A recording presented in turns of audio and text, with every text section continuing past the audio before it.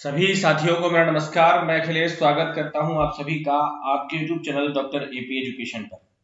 Syllabus से संबंधित तथ्यों को पढ़ते हुए शैक्षिक समाजशास्त्र की इस सीरीज में हम आज शिक्षा के द्वारा सामाजिक परिवर्तन के लिए जो कार्य किए जाते हैं या शिक्षा जो है वो सामाजिक परिवर्तनों का अनुसरण करती है, इन बातों को समझने का प्रयास करेंगे। मोस्ट इंपॉर्टेंट लेक्चर है।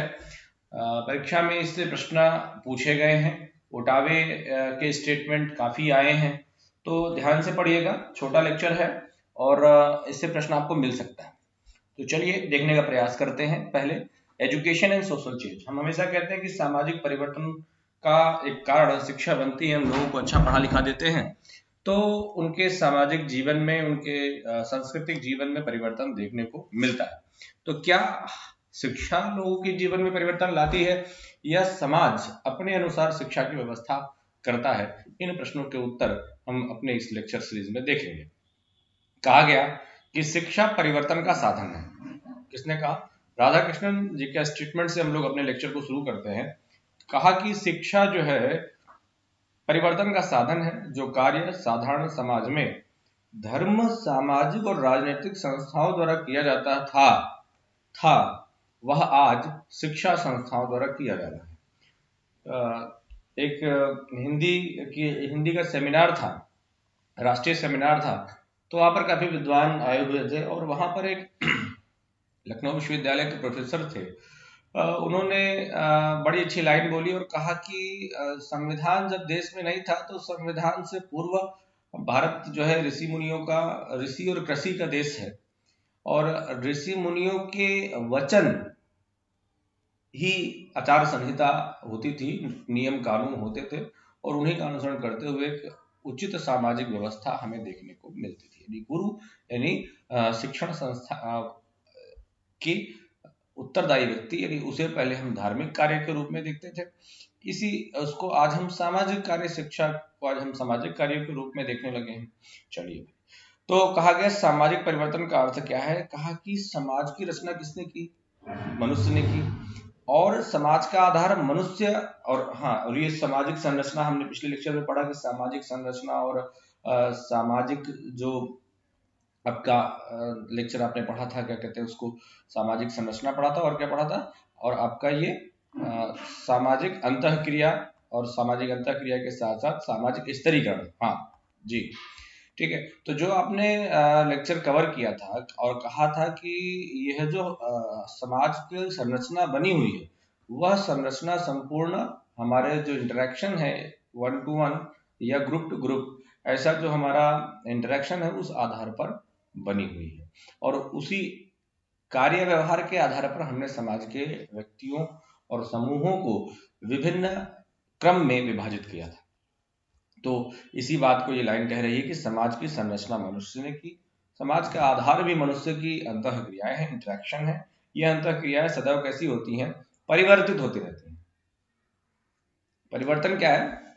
समय परिवर्तनशील हो और परिवर्तन संसार का नियम है और हमारे स्वभाव भी, हमारे कार्य व्यवहार भी समय समय पर बदलते रहते हैं, तो सदैव परिवर्तित होती है और इसी कारण हमारा समाज भी परिवर्तित होता रहता है। एक लाइन में कहें तो सामाजिक परिवर्तन में कौन से परिवर्तन निहित हैं? तो कहा गया सामाजिक परिवर्तन में वे परिवर्तन निहित हैं जो समाज के संगठन या उसकी रचना तथा कार्यों से संबंध रखते हैं। समाज की संरचना और कार्य से संबंध रखते हैं। इस प्रकार सामाजिक परिवर्तन में हम निम्नलिखित तथ्यों को कवर करते हैं और प्रश्न भी इससे पूछा जा चुका है कि निम्नलिखित में से कौन सा सामाजिक परिवर्तनों को अच्छी तरीके से बता रहा है। तो सबसे पहला परिवर्तन कौन सा? संरचना में परिवर्तन। जो हमने सामाजिक संरचना बनाई हुई थी, प्राइमरी ग्रुप, सेकेंडरी ग्रुप, ये सब चीजें हमने बनाई थी, सोशल स्ट्रक्चर हमने पढ़ा था। तो कहा गया कि सामाजिक संरचना से सामाजिक स्वरूप का पता चलता है। ये संरचना हर समाज में एक सी नहीं होती, अतः इस संरचना में होने वाले परिवर्तनों को हम सामाजिक परिवर्तन कहते हैं। ठीक है, जो हमारे सोशल ग्रुप्स हैं उनमें जो उनका, और एक लाइन याद रखिएगा हमेशा, क्या चेंज मतलब क्या? किसमें? उनकी रचना में, उनके कार्य में, उनके कार्य व्यवहार में, उनकी रचना में। ठीक है, तो इस तरीके से जो हमारा पहला परिवर्तन है वो हमें सामाजिक संरचना में देखने को मिलता है।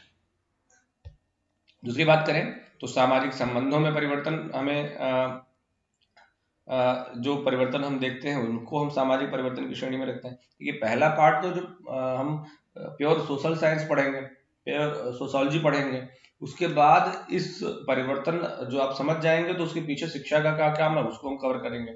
तो कहा सामाजिक संबंधों में परिवर्तन है और सामाजिक जीवन के किसी पक्ष में है और समाज के सदस्यों के जीवन में होने वाले परिवर्तनों को हमने सामाजिक परिवर्तन की श्रेणी में रखा है। किलपैट्रिक इस बात में कहते हैं कि सामाजिक परिवर्तन पूर्ण या आंशिक, अच्छा या खराब, किसी भी दिशा में हो सकता है। खराब परिवर्तन भी होता है, हमेशा परिवर्तन है ये तो कैसा भी हो सकता है ना, कि ये तो किसी निर्माण का भी हो सकता है और विध्वंसक भी हो सकता है। ठीक, परिवर्तन विचाराधीन बात का पूर्ण या आंशिक परिवर्तन है। विचाराधीन बात का पूर्ण या आंशिक परिवर्तन है। इसका अभिप्राय यह नहीं कि परिवर्तन सदैव अच्छी बात के लिए होगा, यह बुरी बात के लिए भी हो सकता है। ठीक है, इसी बात को डॉसन तथा गेटिस क्या कहते हैं, हाँ ये अच्छी लाइन है, सांस्कृतिक परिवर्तन क्या है, सामाजिक परिवर्तन है। क्योंकि इन्होंने क्या बताया कि सामाजिक परिवर्तन का मूल आधार बता दिया सांस्कृतिक परिवर्तन, क्योंकि समस्त संस्कृति अपनी उत्पत्ति, अर्थ और प्रयोग में कैसी है, सामाजिक है। स्पेंसर भी बड़ी अच्छी तरीके से कह रहे हैं कि जब तक सामाजिक परिवर्तन नहीं होगा तब तक सामाजिक विकास भी नहीं होगा। तो सीधी बात इन्होंने कही कि सामाजिक परिवर्तन क्या है, समाज में होने वाला विकास है। इसी बात को कुप्पुस्वामी आगे बढ़ाते हुए कहते हैं कि सामाजिक परिवर्तन संरचना और सामाजिक व्यवहार, जो ऊपर जो हमने बात लिखी है ये लाइन आप याद रखिएगा, ये बहुत इंपॉर्टेंट लाइन है आपकी। सामाजिक संरचना और सामाजिक व्यवहार में होने वाला परिवर्तन, ठीक है, किसने कहा, कुप्पुस्वामी ने कहा। अच्छा भाई, हैरी जॉनसन क्या कहते हैं, हैरी जॉनसन ने कहा कि सामाजिक परिवर्तन के अंतर्गत 5 प्रकार के परिवर्तनों को स्वीकार किया गया। कौन कौन प्रकार के, एक थोड़ा सा सोशल साइंस पढ़ लेते हैं, जब पढ़ रहे तो सोशोलॉजी पढ़ लेते हैं। सामाजिक मूल्यों में संस्थागत परिवर्तन, संस्थागत क्या होता है, संस्थाएं कौन सी हैं हमारे समाज की, संस्थाएं हमारी शिक्षा की संस्था कौन सी है, हमारे व्यापार की संस्थाएं कौन सी हैं। तो ये जो हमारे इंस्टीट्यूट हैं जिनसे सामाजिक व्यवस्थाओं का संचालन होता है वो संस्थाएं कहलाती है। तो संस्थागत परिवर्तन की बात हो रही है। संपत्ति पुरस्कार की वितरण प्रणाली में, कार्यकर्ताओं में और कार्यकर्ताओं की योग्यता और अभिव्यक्तियों में उनकी सोच की प्रतिबिंब। ठीक है, अब कारक देखते हैं कौन कौन से उत्तरदायी कारक। तो मैक्स वेबर बता रहे हैं कि सामाजिक परिवर्तन का कारण क्या है, संस्कृति है। मोस्ट इंपॉर्टेंट आपकी परिभाषा परीक्षा में आ चुकी है। ठीक है, सांस्कृतिक परिवर्तन का कारण कौन सा है, संस्कृति है। किसने कहा, मैक्स वेबर ने कहा। संस्कृति में परिवर्तन के कारण समाज में परिवर्तन होते हैं। यदि उचित रूप से विचार किया जाए तो मात्र सांस्कृतिक परिवर्तन के कारण ही सामाजिक परिवर्तन नहीं होता, अपितु भौतिक और प्रौद्योगिक यानी जो हमारा टेक्नोलॉजिकल बिहेवियर है, कार्य है, उनसे भी हमारे समाज में परिवर्तन देखने को मिलता है। ठीक है, और भी तमाम कारण है, नेचुरल कारक है, कोई आपदा आ गई, जननांगीय कारण हो गए, टेक्नोलॉजिकल चेंज हो गए, हमारी राजनीतिक आर्थिक व्यवस्थाएं हो गई, और हमारा इंडस्ट्रियल जो फैक्टर है वह भी हमारे सामाजिक परिवर्तन में सहयोग करता है। अब बात आती है कि education, how education change the social structure and social behaviour. तो आपको ये देखना है कि अब शिक्षा द्वारा किस प्रकार से हम परिवर्तन ला सकते हैं, ठीक, या फिर हम समाज जैसा परिवर्तित हो रहा है वैसी शिक्षा की व्यवस्था। दोनों बातें हैं, एक सिक्के के दोनों पहलू हैं। ठीक है, यही शब्द डिक्टो आया था, एक सिक्के के दो पहलू। सामाजिक शिक्षा और समाज दोनों एक दूसरे के परिवर्तन का उत्तरदायी कारक है। शिक्षा व समाज का बहुत घनिष्ठ संबंध है, परंतु शिक्षा की क्रिया समाज की क्रिया के अंतर्गत होती है। शिक्षा और समाज में कैसा है, बहुत ही घनिष्ठ संबंध है, क्योंकि शिक्षा एक सामाजिक प्रक्रिया है, विद्यालय एक सामाजिक संस्था है, हम सब ये सब जानते हैं। परंतु शिक्षा की क्रिया समाज की क्रिया के अंतर्गत होती है, इसलिए विभिन्न समाजों में शिक्षा का विभिन्न स्वरूप होता है।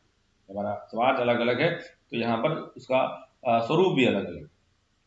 इन दोनों अतः हम कह सकते हैं कि सामाजिक परिवर्तन के कारण, अतः हम कह सकते हैं सामाजिक परिवर्तन के कारण शैक्षिक परिवर्तन होता है, और इसका उल्टा, इसका विपरीत कथन भी सत्य है कि शिक्षा के कारण समाज में परिवर्तन देखने को मिलता है।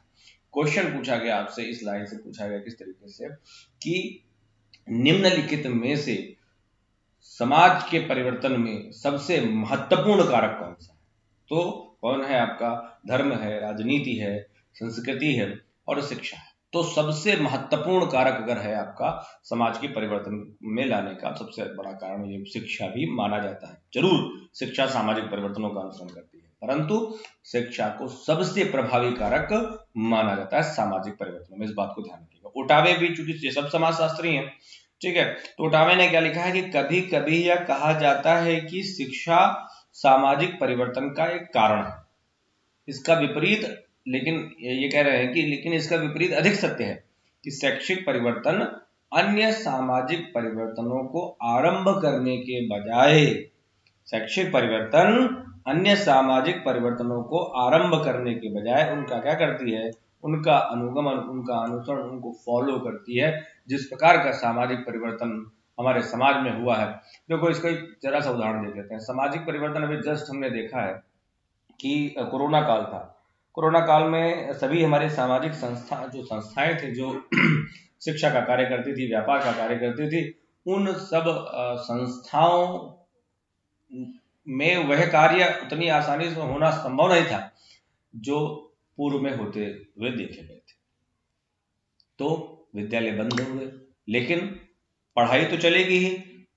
पढ़ाई चलेगी तो उसके लिए क्या व्यवस्था हुई, उसके लिए ऑनलाइन एजुकेशन का कॉन्सेप्ट शुरू हुआ, और आज हम सभी मतलब एक हब बन चुका है और एक पर्याय बन चुका है। जो कभी इवॉन इलिच ने डी स्कूलिंग सोसाइटी का नाम दिया था, वो सिस्टम चलता चला जा रहा है। लॉकडाउन को लॉकडाउन लगता चला जा रहा है, और विद्यालय न होने की वजह से औपचारिक संस्थाएं, व्यवस्थित रूप से अध्ययन विद्यालयों में ही होता है, तो वो सामान्य व्यवस्था वहां पर है नहीं।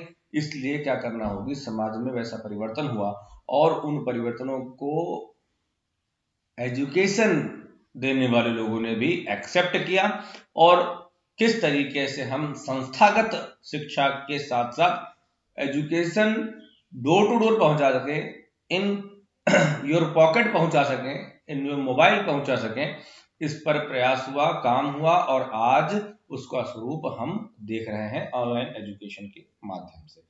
हमारी संस्थाएं बदली तो हमने अपने शिक्षा पद्धति को भी बदला। तो ये बात ओटावी की एकदम स्पष्ट होती है, सत्य होती है, तो कि शिक्षा सामाजिक परिवर्तनों को आरंभ करने के बजाय उनका अनुगमन करती है।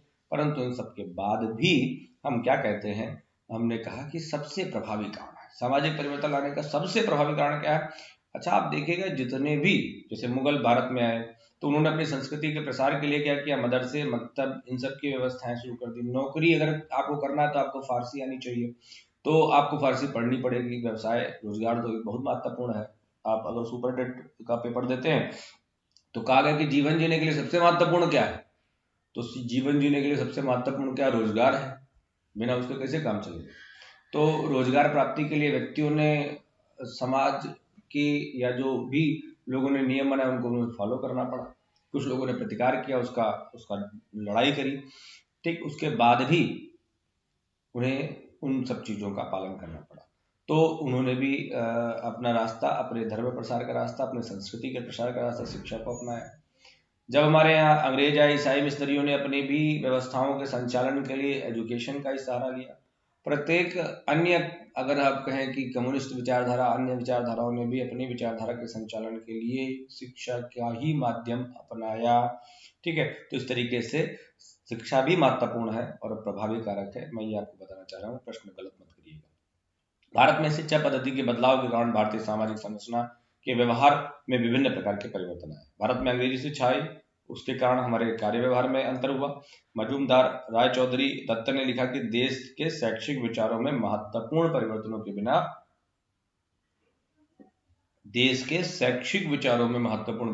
बिना आधुनिक भारत की सामान्य जागृति संभव नहीं थी। ऐसा मजूमदार रायचौधरी दत्त इतिहासकार है, अच्छा लिखते हैं, ठीक है। तो इन्होंने कहा कि ये जो शैक्षिक विचारों में जो परिवर्तन हुए हैं उसी के कारण आधुनिक समाज अधिक जागृत हो पाया है, अधिक सभ्य बन पाया है।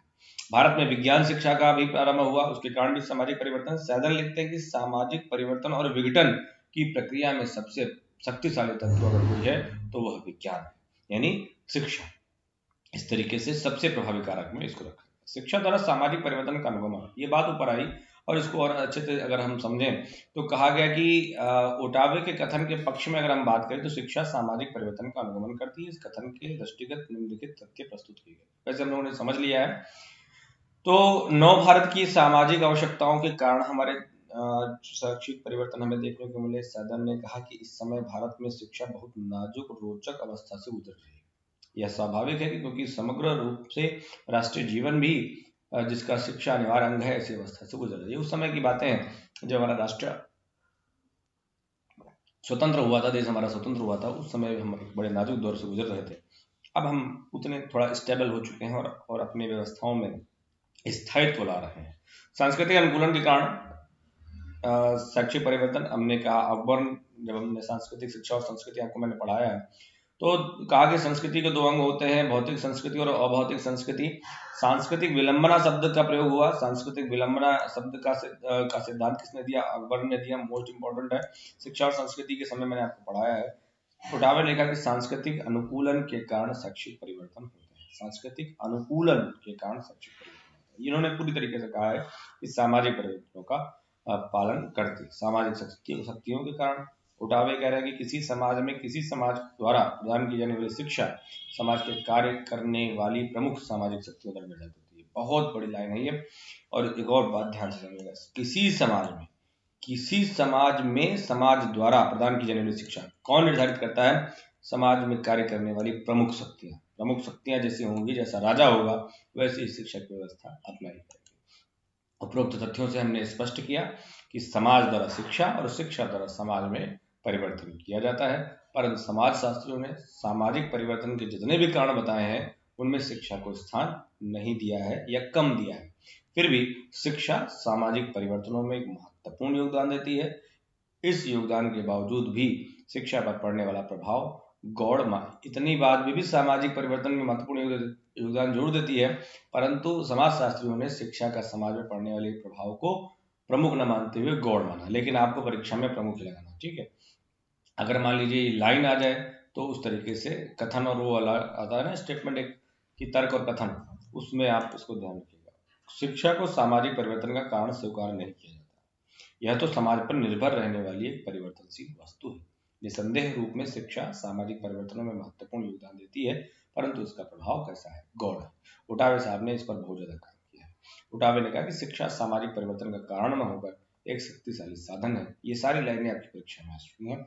और आखिरी लाइन अगर हम कहें तो सैदन ने कहा कि शिक्षा जिसे इस सामाजिक व्यवस्था के नवीन रूप में नेतृत्व करना था, उसकी चाटुकार चेरी के रूप में कार्य करके वह संतोष का अनुभव कर रही है।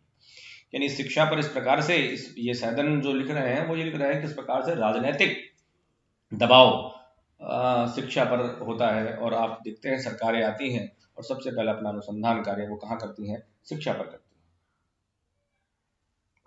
तो उसी आधार पर एनसीईआरटी को बता दिया जाता है कि आप पाठ्यक्रम का निर्माण करिए और बच्चे वही चीजें पढ़ते हैं। अकबर महान पढ़ने लगते हैं, महाराणा प्रताप अलग हो जाते हैं, ठीक है, चंद्रशेखर आजाद और इन हमारे जो क्रांतिकारी, हमारे जो मूल राष्ट्रीय गौरव के प्रतीक हैं, वह हमारे पाठ्यक्रम से अलग होकर के हम अकबर महान, खिलजी महान पढ़ते हैं। तो ये सब बातें क्या है? ये सब सैदन की इस बात से स्पष्ट होती है कि जो शिक्षा जो साहस पैदा करने वाली थी, जो ताकत पैदा करने वाली थी, तो वो क्या कर रही है? जिसे सामाजिक व्यवस्था के नवीन रूप देने में नेतृत्व करना था, वो उसकी चाटुकार चेरी के रूप में कार्य करके अपना संतोष का अनुभव कर रही है। तो ये सब बातें हैं सामाजिक परिवर्तनों में। एक अगर पूरी बात का कंक्लूजन निकालिए तो इससे प्रश्न आपको किस प्रकार से आएगा? 2-3 प्रश्न पूछे जा चुके हैं। एक तो स्पेंसर की एक परिभाषा है, वो मैं आपको बता दूंगा, वो पूछी गई। और दूसरी पूछी गई ओटावे की, तो बहुत कई बार आ चुकी है परिभाषा, शिक्षा सामाजिक परिवर्तन का अनुगमन करती, किसने कहा? ओटावे ने कहा। और एक बात इन्होंने ये भी कही कि शिक्षा द्वारा सामाजिक परिवर्तन होता है, ये भी लाइन पूछी गई। और दूसरा क्वेश्चन पूछा गया कि निम्नलिखित में से कौन सा शिक्षा का सामाजिक परिवर्तन का सबसे महत्वपूर्ण कारक है? तो ये 4-5 प्रकार के प्रश्न इस टॉपिक से पूछे गए हैं, जिसे हमने लगभग कवर करने का प्रयास। शिक्षा और संस्कृति मैं आपको पढ़ा चुका हूँ। इसी श्रृंखला में आगे बढ़ते हुए मैं आपको लगभग समाजशास्त्रीय तथ्य कंप्लीट करा चुका हूँ। सामाजिक गतिशीलता एवं शिक्षा, अगला लेक्चर हम लोग पढ़ेंगे, सोशल मोबिलिटी एंड एजुकेशन। और फिर सामाजिक नियंत्रण आपके गवर्नमेंट डिग्री का इंटर कॉलेज के टॉपिक में ये है, ठीक है, पढ़ लेंगे, अच्छा है। उसके बाद शिक्षा मनोविज्ञान और सांख्यिकी का लेक्चर भी हम अपने इसी सीरीज में कंप्लीट करने का प्रयास करेंगे। ठीक है, बने रहिए लेक्चर आप चैनल पर। मिलते हैं अगले वीडियो में, तब तक के लिए धन्यवाद। भारत माता की जय। स्वस्थ रहिए।